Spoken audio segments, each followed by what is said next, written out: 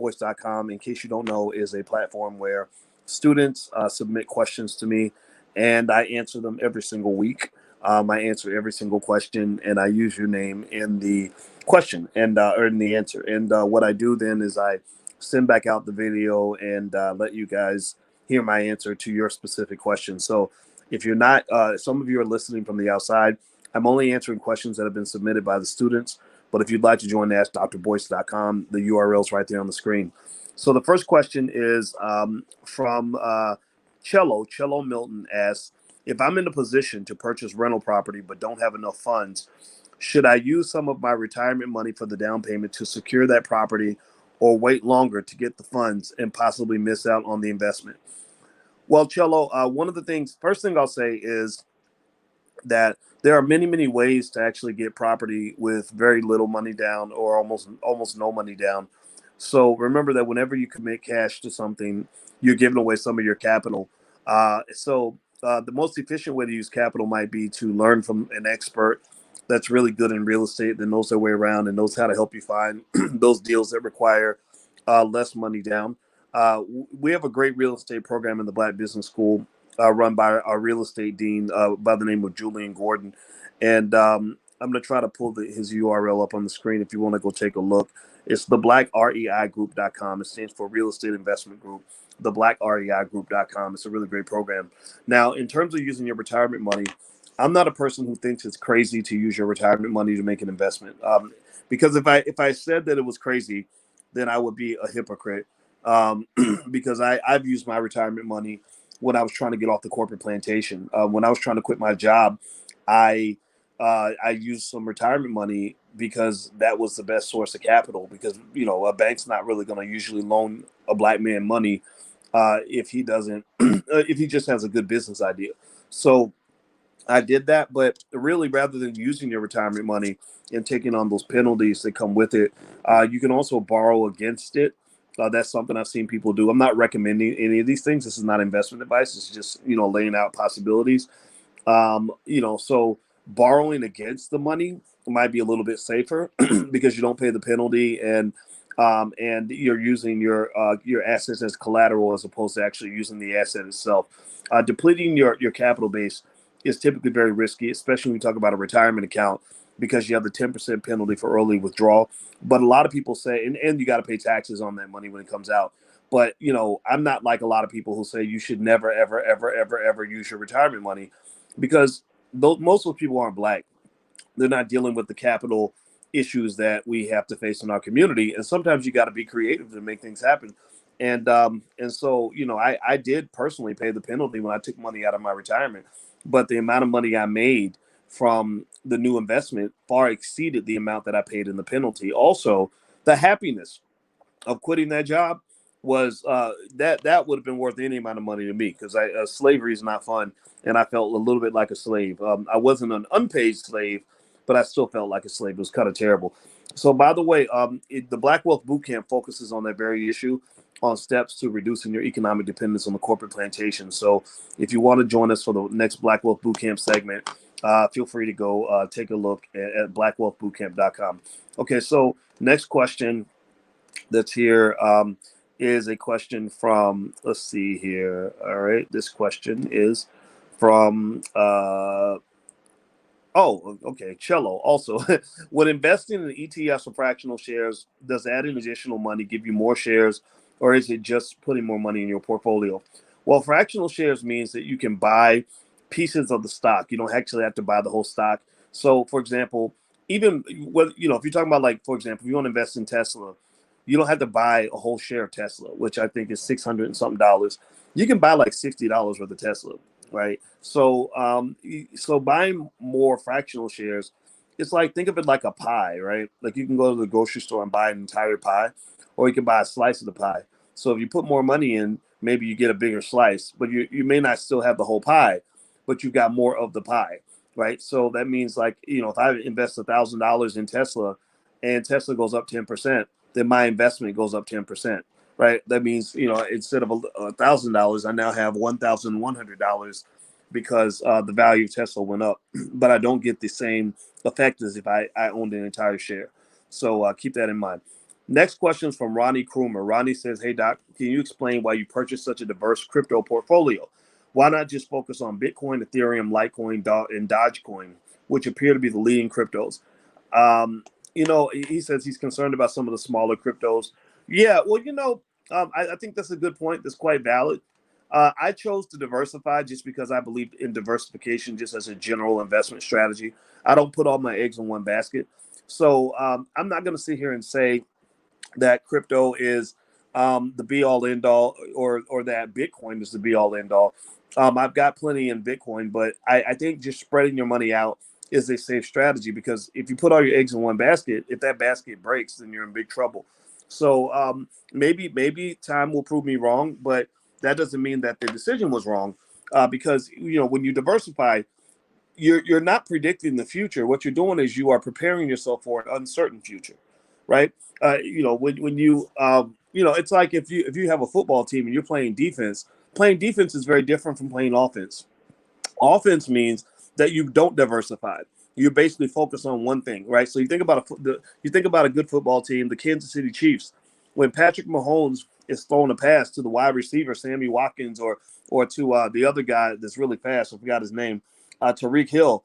He's not thinking about the running back giving the ball to the running back, or possibly giving it to or one of the other receivers. Once he decides he's going to throw the ball to Tariq Hill, he's focused on that one thing. Right? There's no diversification there because you're playing offense. But when you're playing defense, you have to think about all the possibilities. You have to be prepared. You have to say, okay, I don't know what Patrick Mahomes is going to do.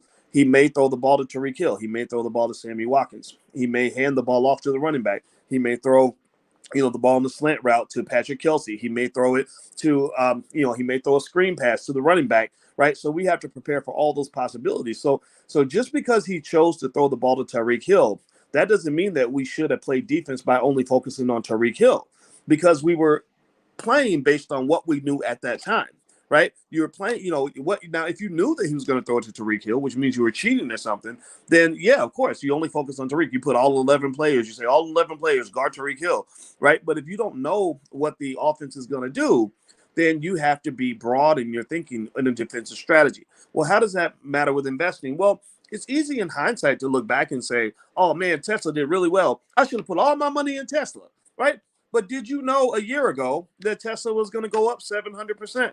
No, you didn't. You didn't know Tesla was going to be the one company to go up 700%. It could have been another company, right? So what smart money managers do is they spread their money out, because they're like, well, we don't know if it's going to be Tesla, or it's going to be NIO, or it's going to be something else. So or even Ford or something, right? So we're going to spread our money out in a diversified portfolio so that we are prepared for all the possibilities.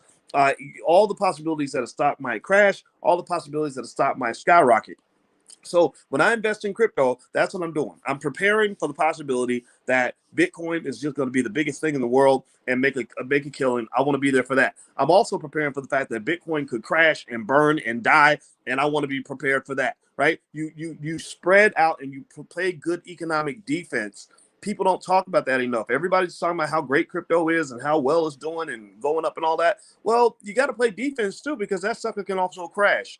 You must always prepare for the crashes. Like I always quote the New Edition song, because I think it's so cool. One of the New Edition members is actually in the Black Business School, and he was making fun of me because I always quote New Edition songs. And two songs I always quote. One was I always mention never trust a big button to smile, but that's when I'm giving guys relationship advice. But I also say, can you stand the rain? I ask, look, sunny days, everybody loves them. Everybody loves it when the stock market's making money. Everybody loves it when crypto's making money. Everybody wants to be an investor when times are good. But the question is, can you stand the rain? Tell me, baby, can you stand the rain? Because if you can't stand the rain, then you don't need to be in this game. If you can't get a little bit wet, then you need to sit your butt on the sidelines. Seriously. You get people that get all excited and they're like, oh, this is easy money. I'm going to go borrow my credit card so I can buy some more Bitcoin. And then when it crashes, they want to cry and whine and complain. Well, no, that's how the game works. Just like playing football. Sometimes you're going to get hit. Sometimes you're going to get injured. Sometimes you're going to lose. Sometimes you're not going to win a championship, and it's not even your fault. Things are going to go wrong. And if you can't handle that, then get out of the game. Go do something else. Go sit and be broke. Being broke is very safe. Just be broke. Okay, so anyway, next. Let me see. Next question comes from uh, let's see here. Ronnie Cromer. I'm sorry, Ronnie Cromer. And by the way, these are questions I'm answering from the students who are enrolled in Ask Dr. Boyce. If you want to go take a look at that, you can go to askdrboyce.com. That's where I answer all the students' questions every week. This is the list that I have in front of me, and this is what I'm answering. So some of you are listening from outside, but if you want to go take a look, feel free to go there. And also, you get free access to Ask Dr. Boyce if you're in the Black Stock Market program, which is a really great curriculum with literally hundreds of hours of awesome content. And the URL is theblackstockmarketprogram.com. So feel free to go take a look. The first month is free. All right. So next question is, hey, Doc, now that Bitcoin is increasing, have you thought about how you would use, spend, or trade, sell your Bitcoin? If Bitcoin rises to 50K by July and you bought it at 6K, would you sell it, take a little profit, or just continue to hold until it hits 4 to 500K, as some analysts claim? That is a good question. And I'm going to just tell you the truth. The only person who knows the answer to that question, there's two people I know, two financial experts that I know who would know the answer to that question. You ready? You want to know who they are? It's Jesus and God. Black Jesus and God, not white Jesus or baby Jesus, because baby's too young and white Jesus is not the real Jesus. Black Jesus and God are the only two people who know if Bitcoin is going to rise to 400 or 500K. Now, there are a lot of people who speculate that Bitcoin could rise to the ceiling, but they don't know what's really going to happen. They're only making predictions and assessments. So Black Jesus and God, they know what's going to happen with Bitcoin. You don't know. So here's the dilemma you run into, right? You make an investment at $6,000 back when Bitcoin was worth 6K about less than a year ago. Now it's risen to over 30K, which is pretty awesome. At the time of this recording, Bitcoin is doing extremely well. And you are stuck in that dilemma. You ask yourself, okay, is the price of Bitcoin high, or is the price of Bitcoin low? Well, that's a philosophical question that no finance scholar in the history of this earth has ever been able to answer. Again, only Black Jesus and God know the answer to that question, because nobody knows. There was a time when Amazon was trading at $200 a share. $200 a share. Now, mind you, Amazon's over $3,000 a share now. But there was a time when Amazon was $200 a share. And people said, whoa, buddy, woo, oh, Lord. The nosebleed section, the air is thin up here with Amazon. Can Amazon maintain this incredibly high, unbelievably high valuation? Now, mind you, Amazon was at $200 a share.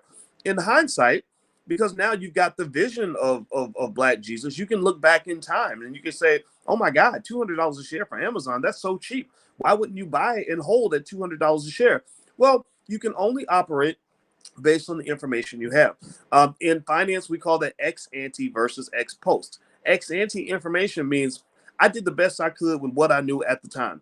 Ex post is after the fact. Ex post is like, Monday morning quarterbacking. Well, if I had been the coach, I would have done this, I would have done that. Well, you didn't know that, right? So basically, you operate based on what you know. So if Bitcoin goes 50K and I put it in at 6K, there are a couple things you could consider doing, right? One is I have seen people, actually, I don't know if you know this, but on Coinbase, you can borrow against your Bitcoin without selling it. They actually offer loans where your Bitcoin becomes your collateral.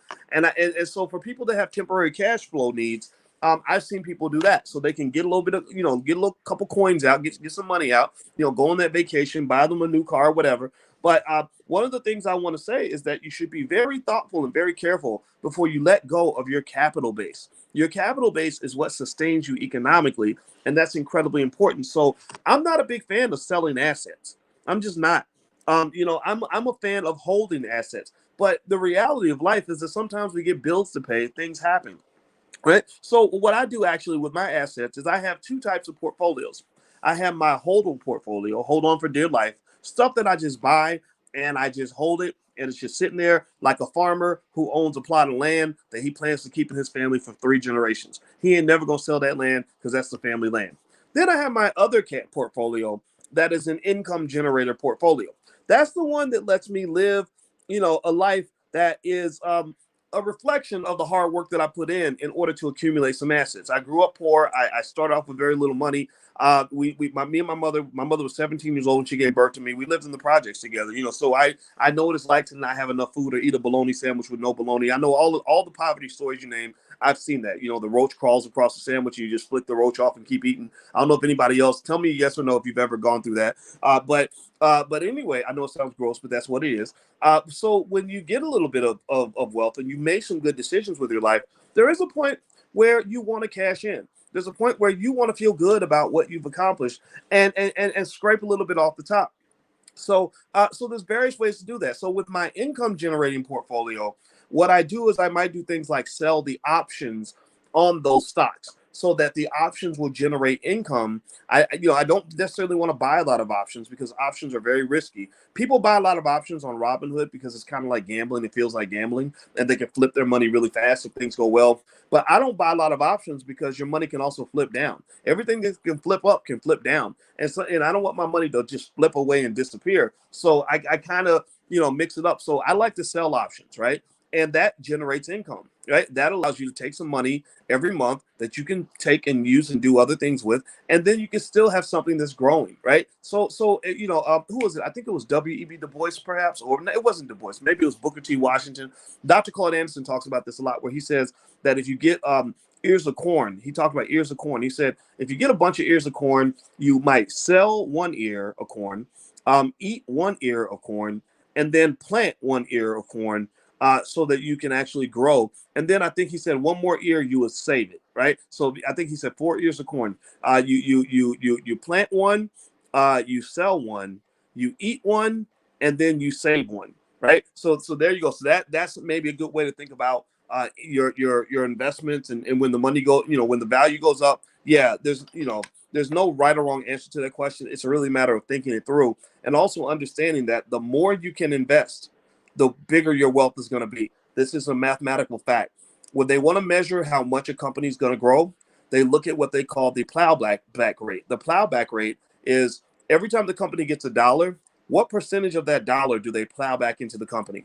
How many seeds are they planting? That is a direct reflector of how much wealth the company is going to have in the future. So if you ever want to look at a human being, look at them like the way we analyze companies. If you want to know if a person's going to have a good life or be very successful, look at their plowback rate. What are they investing? Ladies, when you're evaluating whether a man is a keeper or not, look at his plowback rate. How much is he investing in himself financially? Is he studying? Is he picking up? Is he more likely to pick up a book than he is to turn on the TV? Is he taking care of his physical health? Is he investing in his health, or is he just eating cheeseburgers at every available opportunity? And with a cheeseburger with a bottle of whiskey on the side, right? That's not healthy, right? But that didn't work well compared to the guy who gets up and runs 5 miles every day and eats salad, right? What is he doing economically? Is he bragging to you about how much money he spent at the Gucci store, or is he telling you about the rental property he's trying to buy once he finishes his master's degree, right? That's a plowback rate. I can just tell you straight up, point blank, period, that people who have high plowback rates are more successful. So when it comes to your investing, your plowback rate, how much you invest, how much you can hold, how much you can delay gratification is a direct reflector of how wealthy you're going to be. Now, by the way, some of you are asking me about stock options. If you want to actually take a look at the recording of the stock options masterclass I did, where I talk about buying and selling options and what I do with my options portfolio, you can actually go to stockoptionsmasterclass.com. There's a URL right there on the screen. So feel free to take a look. All right. So the next question comes from Errol Carter. Errol says, recently I inherited a multifamily property in New York City that requires a complete rehab. Unfortunately, I do not have any connections to reliable contractors in the area and was wondering if you could connect me to a reputable one. You know what, Errol? I don't know a lot about specific New York contractors. I can say that I know, well, number one, I know in the Black Business School, we have the Black REI group, the real estate investment group run by Julian Gordon. They're actually buying property around the country as a group and doing a lot of other things in addition to learning how multifamily property works. So you're welcome to take a look there. But also, in terms of reputable contractors, what I would do is find somebody who understands real estate in that area, maybe talk to a real estate agent or someone like that. And you can find them. I mean, they're all over the place. There's tons of real estate agents. And then ask them, perhaps, like just sort of ask around, because I do think that finding a reputable contractor is really important, because an unreputable contractor, what I look for example, when I got some work done in our house, we got our whole basement redone, which was a wonderful, it was a pleasure to spend money redoing our basement. And the reason is because I wasn't actually spending money. The entire basement is free. Well, how's the basement free? Well, the basement's free because the amount of money I put into redoing the basement, which ends up being about 50 grand, we're getting all that back in the increase in the value of the house. So that wasn't, so I spent zero money redoing my basement. I just had to give up some capital to make it happen. But literally, when we sell this house, the value has gone up probably about $100,000 because it has a fully finished basement now, right? So a revamp. One of the things you never want to do is let anybody convince you that making an investment is the same as spending money. Spending money is not an investment. Spending money is flushing money down the toilet and giving it away to someone and making it disappear and never coming back. It's the ultimate magic trick, like putting a rabbit in the hat and the rabbit is just gone. There is no rabbit, right? Investing is like putting the rabbit in the hat, but you just don't see the rabbit, but the rabbit's still in the hat. You still got a rabbit. The rabbit ain't dead. The rabbit ain't gone. The rabbit's just in the hat. So when you invest, it's like putting your money in a bucket, right? You put your money in a bucket, well, then eventually your bucket gets heavy because it's filled with coins and dollar bills, right? But it's still your bucket. And you still got the money in the bucket. It's your bucket, right? But if you spend money, that's like putting money in the toilet. And you flush it down the toilet is going to take your money away. Your money is officially poop. It's gone, right? So just make sure you always know the difference. And the reason I mention this point is because, and my confession is I used to be a spendaholic. That's my big weakness, is that when I used to have money back before I really thought about investing, and investing wasn't part of our family culture, to be honest with you, I never once at any point in the whole, whatever, however many, 80 something or 157,000 hours it takes to grow from age 0 to age 18. I never once, I had one single conversation with my parents about mutual funds, real estate, portfolios, none of that. And the thing was, I would just get money, and I thought money was to be spent. I would just spend money. Some of you may have grown up in the same kind of environment. And one of the things that I didn't understand later was that I could actually fulfill my desire to spend, by actually investing instead, right? So it's like you like to eat. Well, why eat the Cheetos when the healthy chips might taste just as good, but they're not going to make you fat. So a lot of times becoming an investor isn't just a matter of trying to become somebody completely different. It's a matter of taking who you are and just being who you are in a way that's going to help you as opposed to hurt you. So now I'm still a spendaholic. I love to spend money. I don't like, money is important to me, but it's not important to me. I don't like money just sitting around. I like to do stuff with it. But instead of spending it on stupid stuff like Gucci or Louis or new shoes or a new car, I'll put it into investments, right? My plowback rate has been very high my entire life. And that's one of the best things I was able to do with myself. And by the way, it takes 157,680 hours for your child to go from age 0 to 18. Just a little stupid fun fact, because there's 8,760 hours in a year. If you multiply that by 18, that means that you were in your parents' house until the age of 18 for 157,680 hours. Now, why do I bring up that number? Well, I bring up that number because of this. Your child is in your home from the age of 0 to the age of 18 for 157,680 hours. Why don't you take a few minutes to teach them how to invest? Like, why wouldn't you take a few minutes to teach them the basics of economics so that they don't have to go through the struggle for the rest of their life? How many of you were in your parents' house for 157,680 hours and never once did anybody ever teach you how to make money? Never once did anybody send you to like a wealth camp or maybe a business camp where you can learn how to start a business. Instead, they sent you off to work for white people. Nobody ever sent you to a place where you can learn how to invest in the stock market, which actually, by the way, you can learn how to invest in the stock market in about 10 or 15 minutes, at least on a fundamental level. Nobody ever sat you down and talked to you about real estate, stuff like that. I think that's a mistake. I think that's a crime. I think that's a disservice we do to our children. So I want to encourage you not to make the same mistake that somebody may have made with you. That's my 2 cents on that point. If you want to take a look at our Black Business School for Children, there's the URL, blackmillionairesoftomorrow.com. You about to leave? Okay. All right, I'll be back. Okay. All right. So next question. The next question comes in from Charles Ray. Charles Ray says, Dr. Boyce, I'm trying to create a trading plan and was wondering, could you send me a copy of a complete portfolio and stock comparison spreadsheet? Or can you tell me where I can find one in the course? A complete portfolio and stock comparison spreadsheet. Charles, I don't quite know what you mean by that. I do know in the blackstockmarketprogram.com, there is something called what Dr. Boyce is buying. And that's where I literally just show you guys, I tell you guys what I'm buying, not because I'm telling you to buy what I'm buying, but because some of you may be a little confused and not sure of what to buy, and you may just want to tag along and take a look at what I'm buying, and maybe it'll inspire you to buy what you want to buy. I do a lot of research, look at what the analysts are saying, go through. Of course, I got a PhD in this stuff, so I can see some things that maybe some other people can't. And so that's a part that comes with actually part of your curriculum. And there's the URL where you can log in, the blackstockmarketprogram.com. So you can log in there and go to what Dr. Boyce is buying. That's $1,000 program, but you get access to that absolutely free, lifetime membership. As long as you're member of the Black Stock Market Program, you have access to that as well. So that might help you in your journey. So I hope that helps. Let's see. Elaine says, I would like to invest my $600 stimulus check.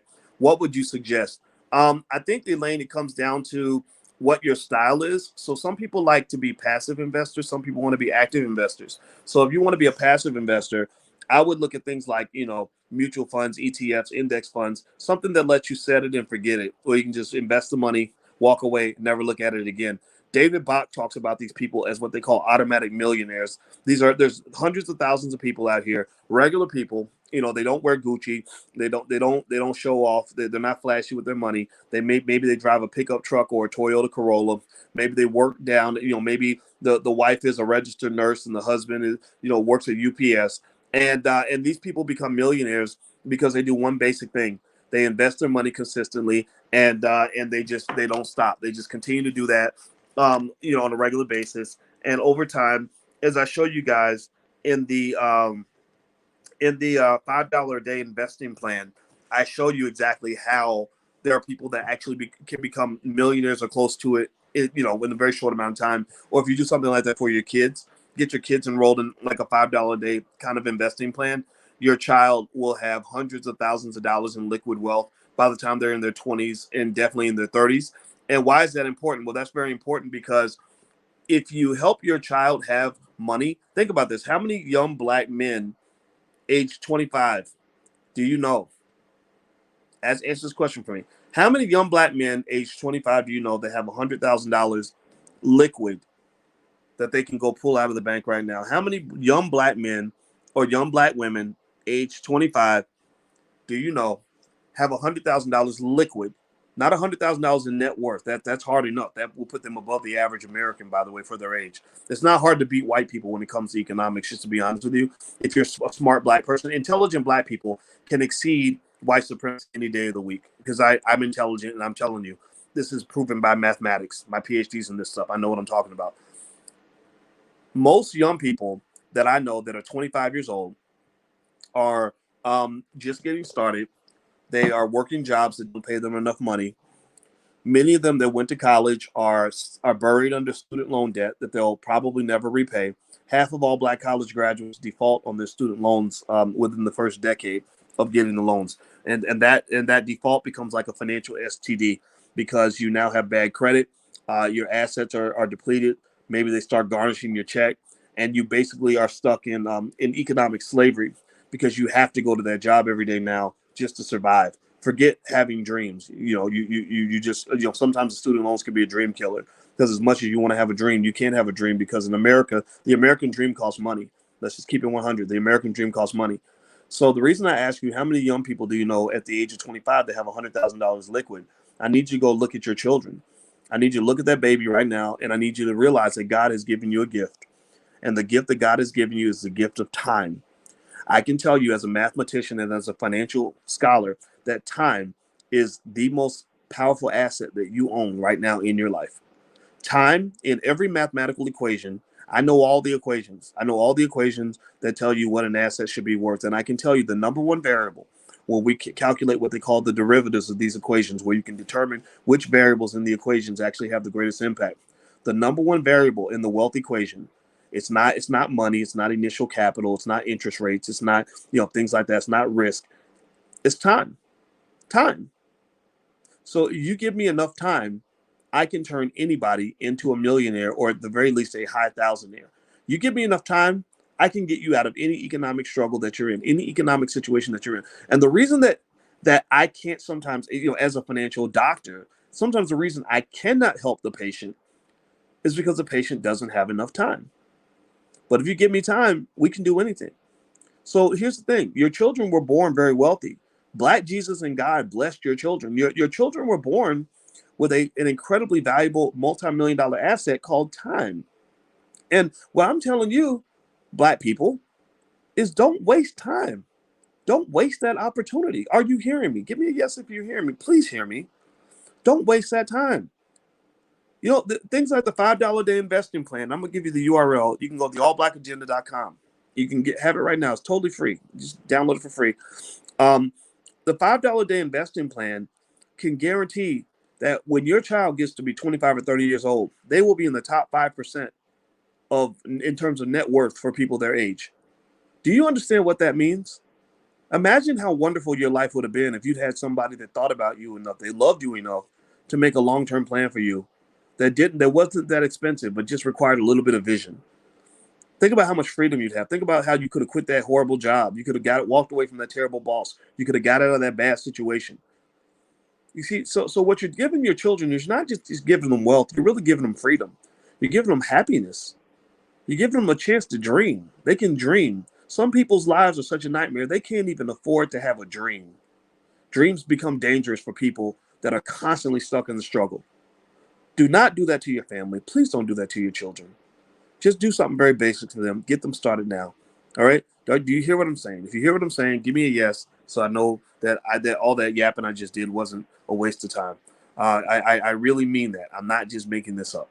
Okay. So, by the way, those of you who are asking where I'm getting my questions from, this is from our program called Ask Dr. Boyce. This is students in the Black Business School. If you want to learn more about it, literally what I do is every week I answer every single question that every single student submits, and I mention their name and all that stuff. And if you want to go take a look, you can go to askdrboyce.com. That's askdrboyce.com. And also, if you want to take a look at our financial workbooks and flashcards for children, you can actually go to financialworkbooks.com. That's financialworkbooks.com. So feel free to go take a look there. Okay.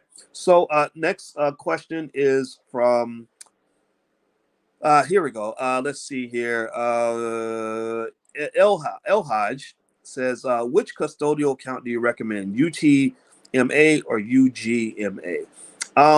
Well, okay, so let's talk about custodial accounts. What are custodial accounts?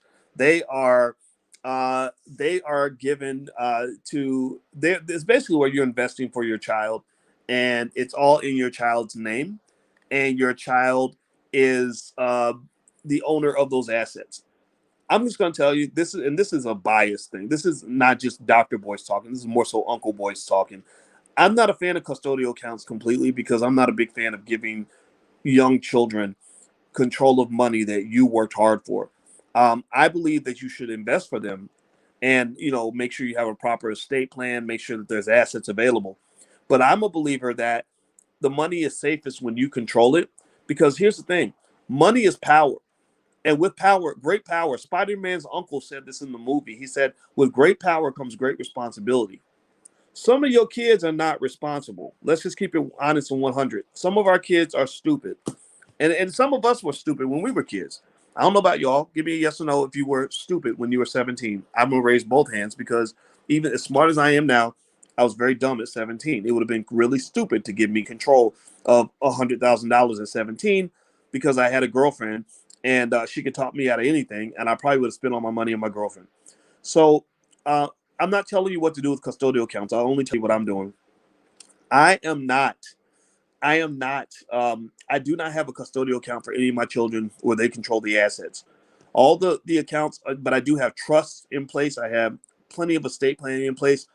If somebody, decides to knock me off and kill me, all my children are going to be rich because I made sure of that. But I put conditions on having access to the money. Well, why is that true? Well, I do that because you may not know this, but 70% of all wealthy families lose all their wealth in one generation. Did y'all know that?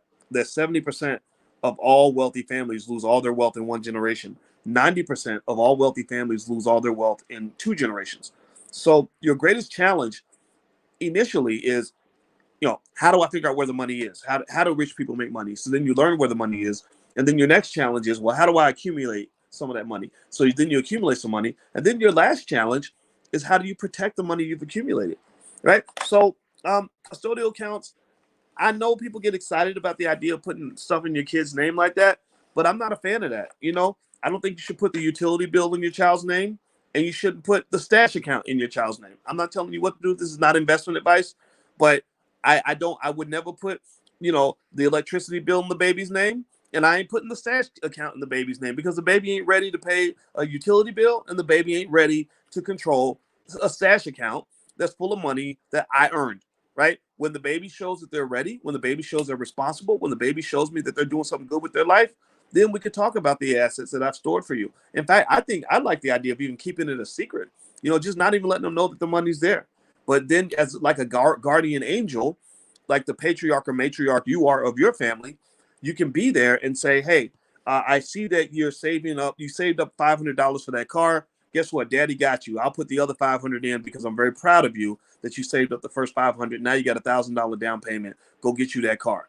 Do you follow me? Do you get what I'm saying? Not telling you what to do, but that's what it is. Now, they were asking about UGMA accounts versus UTMA. Now, let me mention this. So these accounts are typically used for saving for college. A UGMA account is limited to mainly financial products like cash, stocks, mutual funds, etc.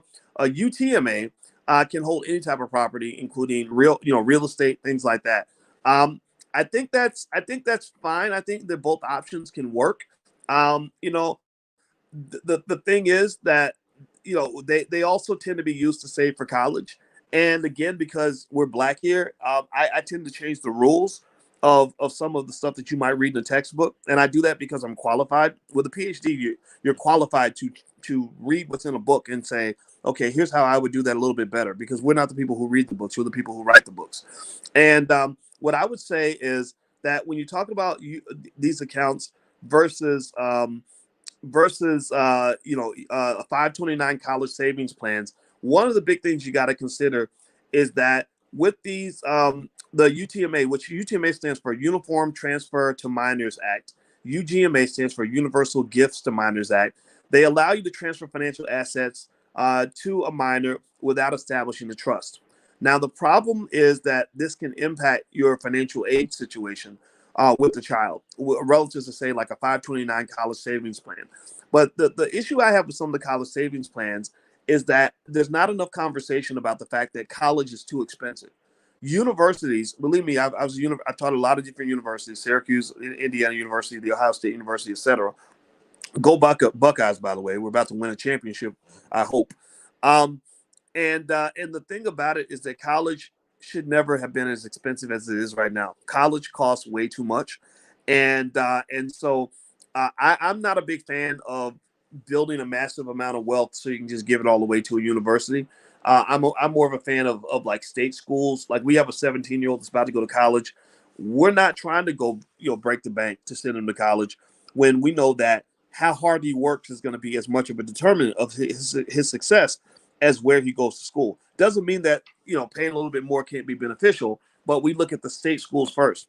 We look at the lower cost institutions first, and then if we have to go higher, we do. But we're not looking to just spend a bunch of money just because somebody said that college is supposed to be $70,000 a year. So I don't have a preference between UTMA and UGMA. I think that they can both be solid. I think at the very least, what you're looking for is a way to consistently build wealth for your child. That's what these plans kind of do. They kind of just formalize the process. And also, there are some tax benefits. Now, I'm not a tax expert, so I can't really tell you exactly what that is, but I do know that UTMA and UGMA plans do not have the tax benefits that you get from a 529 plan. So UTMA and UGMA plans are made with after-tax dollars. But the trade-off with a 529, though, is that money tends to have to be earmarked for colleges. And I don't like these plans very much because I think it allows the universities to kind of get over on the American people. A big chunk of the country is drowning in student loan debt because universities have been allowed and encouraged to overcharge for the cost of education. And so I'm a big advocate of finding ways to kind of wiggle around that system. So, for example, Black people, I'm telling you this specifically because of your specific situation, because that's what we focus on in the Black Business School, is Black wealth. You need to have children that can start businesses, because your children end up being miserable because they have to go beg white people for jobs. Dr. Claude Anderson in Powernomics talks about this. And I know this is radical for me to say this. There are some people who love working for white people, I guess. I don't know who those people are exactly. But a lot of the stress that you feel from microaggressions on racism and things like that really comes from the pressure that you feel from having to get up and go to work with a racist every day. You know, you see Donald Trump in the White House, you may hate him, but most of us have worked for a Donald Trump. Give me a yes or no if you've ever worked for a Donald Trump at some point in your life. So basically, this kind of, systematic oppression is everywhere. But the reason that it feels like it's everywhere is because it's not that it's everywhere, it's that it's everywhere that you're taught to live. So it's like, for example, if there is a really bad smell in the room and I say, oh my God, this smell is everywhere. Everywhere I go, I walk to the north side of the room, I smell it. I go to the south side of the room, I smell it, right? Racism is like that really nasty smell. So every part of the room you go to, you're smelling this terrible smell. Well, somebody might come in and say, why don't you go outside? Why don't you leave the room? And so to me, systematic racism is like that room. This economic system is that room. You feel like you have to be inside that room. And you feel like you have to find a corner of that room where it's not going to stink. And I'm the guy who's saying, no, that you can live outside that room. It's like if I go to China and I decide that I can't live anywhere other than China, then I'm going to constantly go through life talking about yellow supremacy. Like, gosh, the Chinese people always give the best jobs to other Chinese people. And Chinese people, they always dominate everything that I do. And it's not fair because I'm an American and all these Chinese people are mistreating me. Well, they're mistreating you because if you're in China and you're not Chinese, then you're not going to get treated the same as someone who is from China. You got to leave the country. You got to leave the system. And so for Black people, when you go into all these environments that are run by white men, and then you say, gosh, white men always treat me badly.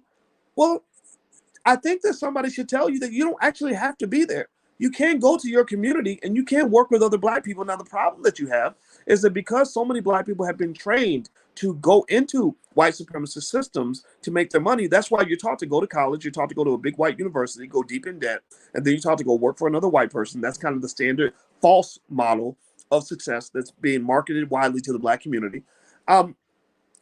You can't, because so many people have done that, you have no infrastructure in your community. You don't have enough businesses. So these Black college graduates who come out of college with these great degrees and all this, all this skill, they can't practice their skill in their own community because there's no infrastructure there. There are no businesses in a lot of these hoods. So what we've got to do is plant the seeds and plow back into our own communities and build those businesses in the hood so that when those Black kids come out of college, they can go back to Black communities and actually practice the skill that they have. Black people lead the world, in my opinion. We lead the world when it comes to what's called human capital. We are incredibly skilled. We have, raise your hand, give me a yes or no if you have a degree in something, some sort of professional license. Maybe you're a teacher, maybe you're a plumber, maybe you are you went to school for business management. How many of y'all in here got bachelor's degrees, associate's degrees, master's degrees, PhDs, MDs, JDs, all kinds of professional skill, 20 years that you spent working down at UPS, right? We have so much human capital, so much skill, it's ridiculous. And what is happening is that we are trained to believe that all of that human capital, all that wealth, by the way, that's Black wealth, by the way. Wealth doesn't usually show up in the form of money. That's why most people don't see it. Wealth is usually not in the form of money. It's in the form of capital. So all that human capital you have, you transfer all that capital out to white-owned businesses, and then you're confused by why white people have so much more wealth than you and why Black wealth is going backward. So you've got to change the whole model. So just going back with these 529 savings plans and college prep and all that, what we're doing with our 17-year-old is I'm telling him, look, go to college. College is fun, and we're in a special position, or we have a unique opportunity in that he's blessed to have two parents that are college professors. He kind of hates it, right? He thinks that that's normal, but he doesn't understand only 1% of the population has a PhD, and he has two parents in the house with PhDs. But the kids just kind of think that's a regular. But one benefit is that because Alicia is a college professor, he can go to a lot of universities for free. So I'm like, okay, well, yeah, college is fun. Go to college. We can probably send you there for free or cheap. Have a good time. But whatever you do, Black man, make sure you know how to start a business. If you really want economic freedom, Black man, you better learn how to start a company. If you really don't want to be fired on your day off, Black man, because you're 6 foot tall and very intelligent, Black man, you better learn how to start your own business because at some point, somebody's going to see you as a threat, Black man. So don't think, black man, that you can go into this economic system that's built on racism, black man, and be treated as if you are a 5'2" white woman named Becky Alexander. They're not going to see you the same as they see everyone else. I know this is controversial for me to say this. Some people think this is radical, to tell the truth, but the evidence is all around you. The evidence of the racism is all around you. And if you ever want to hear about 8 hours of consistent complaining, go sit with a group of black professionals as they talk about how badly they're treated on their jobs. And these are not just failures. These are hardworking people who have all the degrees, all the credentials, who put in all the work, who still don't understand why is it that I went $200,000 in debt to go to Duke University. I spent an extra 2 years getting a master's degree. I have 10 years of experience. I have been very consistent. I've never gotten in trouble on my job, but I still don't get what I deserve. Well, that's because the system was not built for you. It was not built for your prosperity. It was built to give you just enough to survive so that other people can become prosperous. In fact, a little joke that I like to share that I think really kind of it personifies this is there's a guy who Tyrone comes to work one day, and Tyrone sees his boss. His boss he pulls up and his boss pulls up in a brand new Porsche, and Tyrone's like, "Oh, boss, I love that car, boss. That's a beautiful car." And the boss is like, "Oh, thank you, Tyrone." And he's like, "Yeah, boss. One day I'd like to see if I can come up and get me some nice stuff like that." And he says, "Well, Tyrone, let me just tell you something, buddy. If you work hard and you keep being consistent and you keep doing a great job, then in 5 years, I'll be able to buy an even better car than the one I have right now." Do you get it? I don't know if y'all get the joke. I hope you get the joke. But the point of the matter is that Tyrone needs to go start his own business so Tyrone can be the boss too. Black people who start businesses are happier by being independent, even if they make less money. Why is that? How can you make less money and be happier than you were when you were making more money? Well, it's because there's a basic concept that says money is not everything. Money is not the be all end all. Money is not the destination. Money is the tool. Money is the vehicle to get you to the destination. The destination is happiness. So the reason that you can be happy running your own situation, the happier, even if you're making less money, is because freedom has value. Freedom isn't free. Freedom is a form of wealth. So if you are into freedom, which is probably why you're listening to me, I'm not a regular guy. I talk above a lot of people's heads. I make a lot of people mad. I say things a lot of people don't understand. I forgive them for they know not what they do. Some people are committed to all of this nonsense that we see out here. So you're different already by the fact that you're even here listening to me. A lot of people get annoyed by people like me because what I'm saying is so completely different from what they're hearing everywhere else. But I'm very confident in it because I've seen it actually work, right? So to really win the economic game, you cannot do what they're telling you to do. You cannot follow what everyone else is doing because everyone else is headed down an economic death trap. You must detach and form your own rules as you go through the process. Okay. I hope that makes sense. By the way, the Black Wealth Bootcamp starts in a few days. So if you want to join us in the Black Wealth Bootcamp, there's the URL right there. So feel free to do that. Also, one more thing that I wanted to mention to you guys is I actually am on the Clubhouse app and Parlor app. And sometimes I get together with Black Business School students and we have, rap sessions, things like that. So if you want to follow me, you can look me up on either Clubhouse or Parlor at Dr. Boyce Watkins. So feel free to look me up there. Okay, so the next question came from El Haj. El Haj says, do I need to create an LLC for investment group to purchase stocks or also for real estate as well?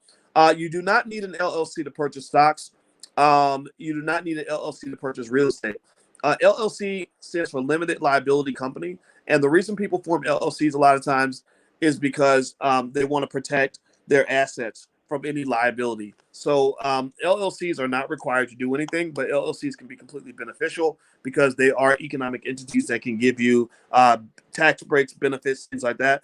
I'm a believer that every Black family should start a family business.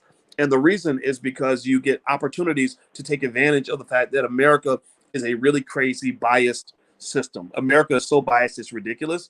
And what happens is America is very biased in favor of people who own assets and people who make investments. So if you, for example, people who own assets don't really pay the taxes in this country. The taxes in this country are paid by the people who go to work every day and don't have tax write-offs.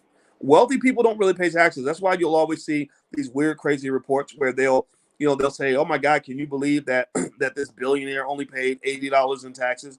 Well, that's because that billionaire has accountants who can make sure that that billionaire gets to write off his whole entire lifestyle. He's got a yacht and a private jet and a house in the Hamptons, and he gets to write a lot of that off because he's maybe doing legit business in those locations, right? It's not like he's breaking the law. It's not tax evasion, it's tax avoidance. Tax evasion is when you break the law.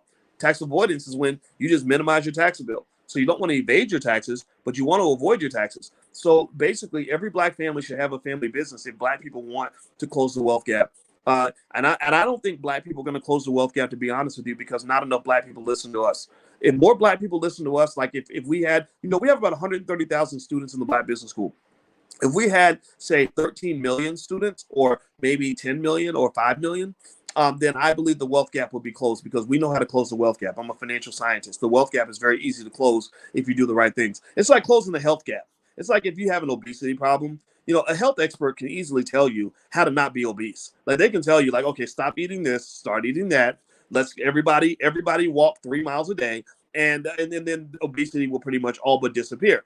Well, why doesn't obesity disappear? Obesity is very basic. It's very easy to end obesity. The reason obesity doesn't disappear, despite the fact that there are health experts that can break it down for you in a second, is because they abuse this thing called freedom of choice, right? You can't make people walk, or run 3 miles a day. You can't make them eat healthy food. They get freedom. They say, well, if I want to eat Popeye's chicken and Wendy's and Taco Bell every day, I'm going to do that. If I want to sit on my couch and eat Cheetos all day, I'm going to do that. And then when the consequences come pouring in, whether it's heart disease, diabetes, strokes, things like that, then there's another conversation, right? We say, oh, that person's a victim. But, the question is, if you're a victim, and I don't doubt that you're a victim, the question is, who is the perpetrator, right? Who did it? Did society do it? Did mama do it? Did your husband and wife do it? Or did you do it? Who put those Cheetos in your mouth? Who put, at grandma's house, who put those chitlins in your stomach? Who made the decision to stay in the bed as opposed to getting up and walking half a mile every day or 2 miles every day, right? So the same thing is true with economics. If I had the ability to be king of the earth, and I would use this power very conscientiously, I wouldn't abuse this power. If I had the ability to be king of the earth for just a few years, where I could command black people to do certain things with their income, like I could force everyone to invest for their children. I could force everyone to start an LLC. I could force everyone to invest consistently in the stock market. Then I could close the wealth gap actually in about 10 years. The wealth gap, the racial wealth gap, maybe not 10, or maybe maybe it would take 20 years. But I could actually put black people not just in a position where we catch up with white people, because white people are not the gold standard. Stop thinking that equality with white people is your measure of success. I mean, stop that. Quit that. You're the original man. You're the original woman. You're exceptional. There's nobody else on the planet that's built the way we're built. And I'm talking specifically about descendants of slaves. There's nobody else on the planet who can say, my ancestors survived the slave dungeons. I went to the slave dungeons in Ghana, and I was very sad. It's a very sad, horrible, toxic place. The energy is so bad there. But then I got energized when I thought about the fact that my ancestors, somebody with my DNA, survived the slave dungeons where most of the slaves died. My ancestors survived the Middle Passage, where half the slaves died. My ancestors survived 250 years of the worst, most brutal slavery known to mankind. So you're not like everybody else. You have natural superpowers. You're the closest living thing on this planet to being a superhero that there is. That's why they work so hard to oppress you, or to get you to turn your gun on yourself. So stop trying to be equal. Stop aiming for equality. Aim for excellence. You don't play a game to try to tie the game. You play the game to win. So what I'm saying to you, and this is my basic point, and I'm almost done here, is, I think that for black people, I will say this, if I was able to tell black people what to do economically for about 10 years, maybe 15, 20 years, black people wouldn't be equal to white people. We'd actually be ahead.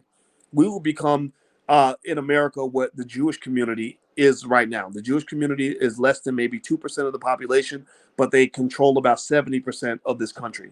Right? They have an outsized amount of power because they collectively, as a community, come together and form economic strategies with their children at a very basic level that leans on core values that create power, excellence, and success all throughout their community.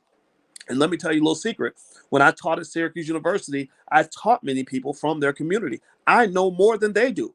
So so the point of the matter, what I'm just saying to you is all you gotta do is pay attention.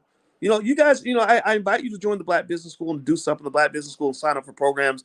And I'll just tell you the truth. Like we do more. When people invest in us, we invest more deeply in them. So they get more access when they make a bigger investment. But a lot of you have been learning lots of things from me and have not paid a nickel. All I've asked you to do is pay attention. All I've asked you to do is pay attention, right? So I don't really, I'm not offended if you never invest in anything that we do. I just ask you to listen if I make an offer and if I say, hey, this program's over here. I hope you'll take a look. There's a money back guarantee. I hope you'll give us the same respect you give, when white people offer you college degrees that don't actually amount to much of anything, but really in general, I'm just telling you the solutions are out there. That's my point. My point is that the solutions are out there. And I believe that the Black agenda is something that must be implemented in Black households by Black people. I do not believe that the Black agenda should ever come from white people. It's not me being racist. It's just me being factual. I don't believe Joe Biden should give you your Black agenda. Donald Trump should not give you your Black agenda. The Democratic or Republican Party should not give you your Black agenda. The Black agenda must come from you, and it must be implemented by you. Okay? Give me a yes if you get what I'm saying. Okay. So, by the way, some of you are asking me about crypto. Actually, if you go to drboycecrypto.com, I can actually did a short video where I told you guys about basically the cryptos that I bought, that I've invested in, and why.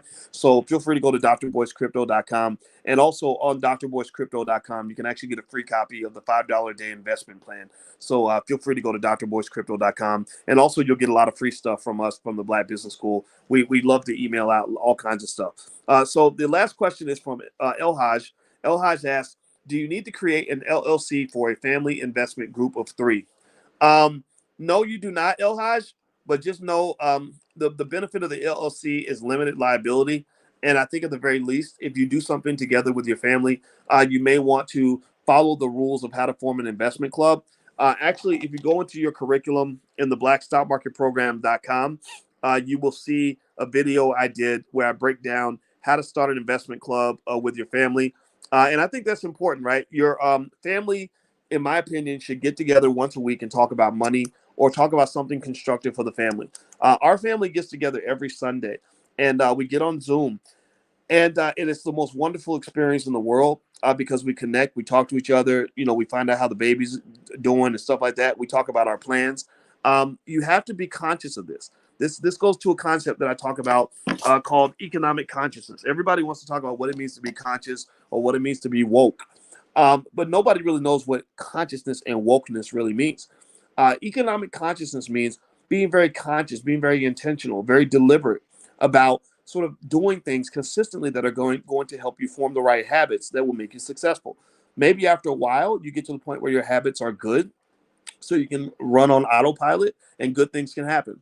You don't really have that luxury because, unfortunately, many of you, like myself, were maybe born in families that didn't talk about economics very much. So you have to consciously change that habit. If you don't consciously adjust that habit, then that habit will never arise. You cannot live your economic life on autopilot as a Black person in America and think that's going to lead you to wealth. Do you hear what I'm saying? You cannot live on autopilot as a Black person in this country and think that that's going to lead you to any form of wealth or power. You can't, because all your habits, all your cultural your norms, for many of you, many of your habits and norms that were developed in you from birth are ones that are built on economic self-destruction. So in order for you to rise above that, I encourage you to be very conscious, very intentional. One of the things that you can do is you can leverage the power of the group, the power of the collective. When you come together as a family, you are building wealth right there just by coming together. Because when you're together, here's what happens. When I get together with my family, I got one cousin, a young Black male who's maybe about 34 years old, who's a multi-millionaire. And when I say multi-millionaire, literally, he bought Bitcoin when Bitcoin was like $10. And he casually mentions to me that he has 38 Bitcoins. And I said, 38 Bitcoins is worth $1.2 million. And you know what he said? I kid you not. He said, oh, it is? Oh, wow. That's cool.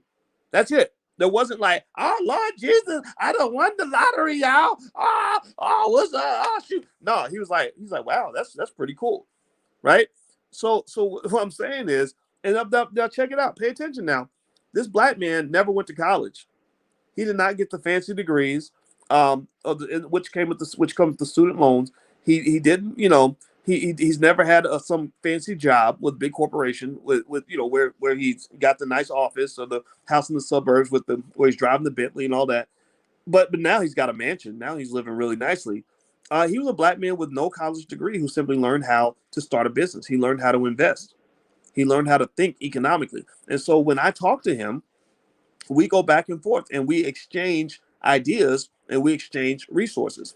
So you have one person that's doing one thing, and then you're talking to a family member who also can be a colleague where you're sharing ideas. And so what you'll find is like, one person may say, yeah, we started our donut business and we can't find a way to get customers. And then somebody in the family says, oh, girl, you didn't know. Oh, at my job, they love donuts at my job. At lunchtime, bring your donuts by at 12 o'clock, and I'll tell everybody that you got donuts outside and you'll sell out, right? Boom. The magic has happened. Now you've got revenue coming in.